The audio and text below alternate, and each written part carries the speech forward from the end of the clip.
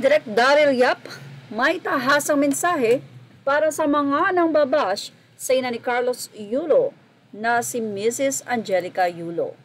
Well, narito po ang naging pahayag ni Direk Daryl para sa mga basher ng nanay ni Carlos Yulo. Unang-una, alam kong karamihan sa inyo ay mga kakamping na nabubuhay na naman sa ilusyon ng pagiging mahalagang buhok nyo sa mundo. Tigilan nyo ang pag-aalipusta sa isang ina, lalo na sa ina ng isang atleta. Wala kayong karapatang mag-utos o magmagaling ng ito ang dapat tandaan ng mga magulang. Bastusin nyo araw-araw ang mga magulang nyo na hindi kayo kayang kastiguhin, kaya lumaki kayong mangmang at walang kultura. Pero wala kayong karapatang leksyonan ng magulang na hindi nyo alam ang pinanggagalingan. Nagdiriwang tayong lahat ngayon sa mga ginto ni Carlos Yulo. Nakita natin ang lahat ng kanyang paghihirap, pagsisikap at pagpupunyagi. Pero hindi natin nakita ang pagtakbo, paggapang, pagtumbling at pag-split ng nanay niya para maging tao at mabuhay ang mga anak niya ngayon. Mali na isa publiko ang away nila, pero mas mali yung turuan mo kung paano magpakamagulang ang isang inang hindi mo alam ang pinagdaanan. Ano kayo? Gold? Nito lamang ay sinagot nga ni Carlos Yulo ang mga naging statement or naging pahayag ng kanyang ina sa isang interview about sa pera. Nilinaw ni Carlos Yulo na ang ibinigay na pera sa kanyang ina ay wala siyang kaalam-alam.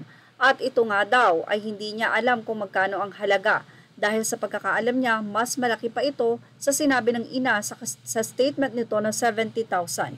Ganun pa man, maraming mga netizen sa kabila ng lahat ay sinasabi kay Carlos Yulo na sana nga daw ay hindi na pinatulan pa ang statement ng ina.